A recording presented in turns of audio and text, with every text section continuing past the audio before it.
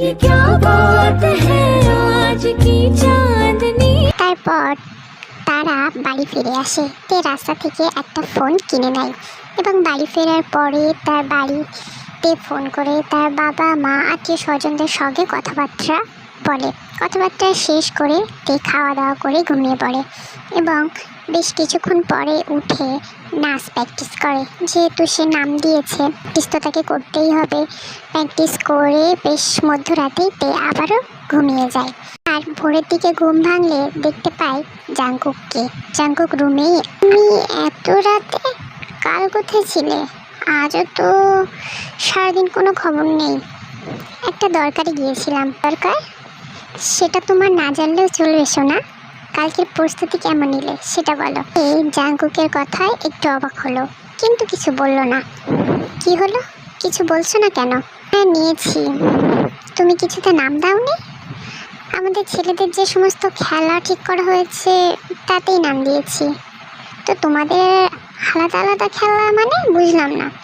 আসলে আমাদের ভার্সিটি থেকে তোমরা যখন বেরিয়ে আসছো তারপরে আরও কিছু খেলা অ্যানাউন্স করা হয়েছিল, তার মধ্যেই একটাই নাম দিয়েছি। তারপর তাদের মধ্যে আর কোনো কথা হয় না। জাংকুক চুপচাপ গিয়ে সোফায় ঘুমিয়ে পড়ে। তেও ঘুমিয়ে পড়ে। পরদিন সকালে তে ঘুম ভাঙতে সে জাংকুককে রুমে দেখতে পায় না। তে রোজকার রুটিন মতো রেডি হয়ে জিমিনের রুমে চলে যায় এবং দুজন রেডি হয়ে বেরিয়ে পড়ে। কী রে, কাল জানি তোকে অ্যাটাক করলো না? না। কেন? মনে হয় নাটকের সংলাপ মুখস্থ করছিল, সময় পায়নি। জিমিন তের এমন কথা শুনে হেসে ফেলে এবং তেও সে হাসির সাথে যোগ দেয়। তারা পৌঁছে যায় তাদের ক্লাসরুমে। এখন তে সবার সঙ্গে মোটামুটি বন্ধুত্ব হয়ে গেছে। একটি মেয়ে থেকে বলে, কি রে, প্রস্তুতি কেমন নিলি? নিয়েছি, কিন্তু কেমন তা বলতে পারবো না। ক্লাসের সবাই হাসিতে ফেটে পড়ে। এখন তারা ছোট ছোট কথাই অনেক হাসে। তে ক্লাস থেকে বেরিয়ে বারান্দায় এসে দেখে সবাই নিজ নিজ কাজে ব্যস্ত এবং কিছু বড় বড় বাস তাদের ভার্সিটির মধ্যে আসছে।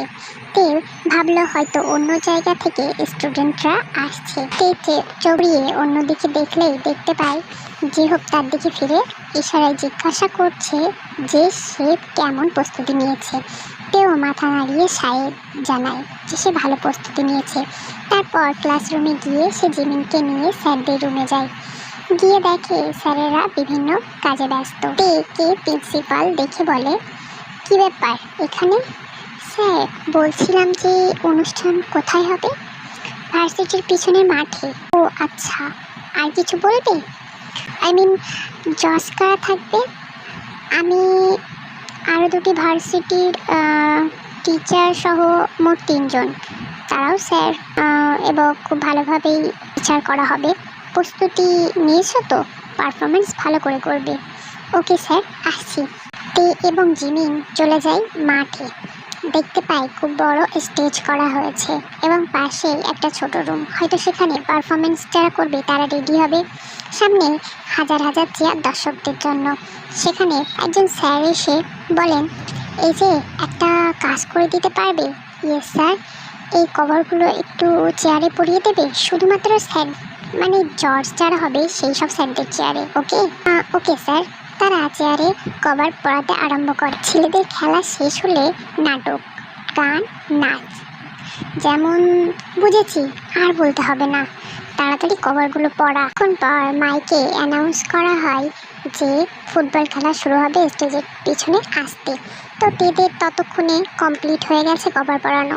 তো তারা চলে যায়। এইভাবে পরপর সমস্ত খেলা শেষ হয়ে যায়। তেরা দেখতে থাকে। তারপর জাংকুকদের খেলা শুরু হয়। জাংকুকরা বেশ ভালোই খেলে এবং জিতে যায় জাংকুকের টিমেরাই। তারপরে শুরু হয় গান।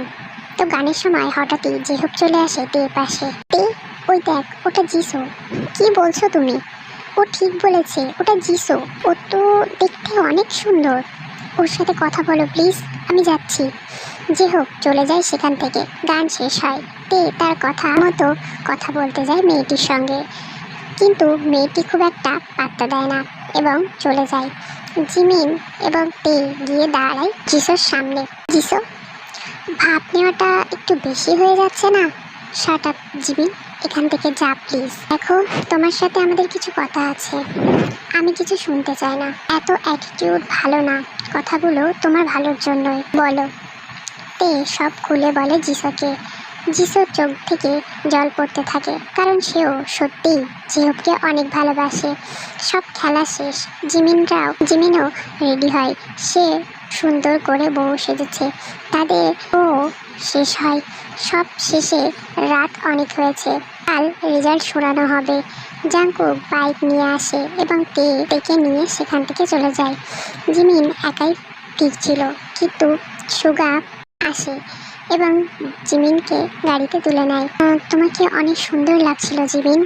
Thank you sir. তোমাকে পুরো নতুন বউদের মতো দেখতে লাগছিল। জিমিন লজ্জা পেয়ে যায়। সুগা গাড়ি থামায় এবং জিমিনকে একটা রিং পরিয়ে কিস করে। পরে তাকে বাড়ি নিয়ে যায়। সুগা চলে যায় নিজের বাড়ি। পরের দিন অ্যানাউন্স হয়, জিহোপ ফার্স্ট এসেছে চিনতে পারে। তো জিহোপ জিসোদের কলেজটি বেছে নেয় এবং সে জিমিন এবং তের থেকে বিদায় নিয়ে জিসোর সাথে চলে যায়। আর জেনি এই ঘটনার পর নিজেকে একটা গাছে বন্দি করে নেয়। তেরা বাড়ি আসার পরের দিন তে জানতে পারে যে সেদিন জাঙ্কুকের বার্থডে। তো তে সকাল সকাল উঠে জাঙ্কুকের জন্য একটি কেক রেডি করে এবং জাঙ্কুক ঘুম থেকে উঠলে তাকে বার্থডে উইশ করে। Jungkook happy birthday.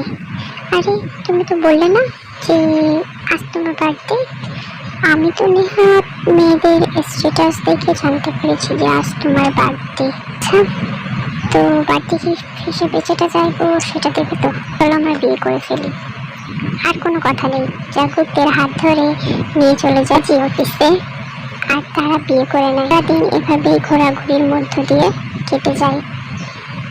রাতে জাঙ্কুকের বার্থডে উপলক্ষে একটা পার্টি হয়। শেষ আর আস্তাতে ফুলসজ্জা। সূর্যের ঘরে তে বসে আছে।